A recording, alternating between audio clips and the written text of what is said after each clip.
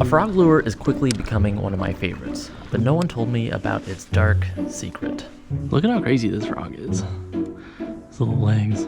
Because of the design of the lure, a little bit of water can get inside the frog, and this makes the lure not work the way it should. The solution is simple enough, just give it a couple squeezes. But honestly, it's becoming a problem. I've never lost a fish that big before. That's a unique experience, isn't it? Patience.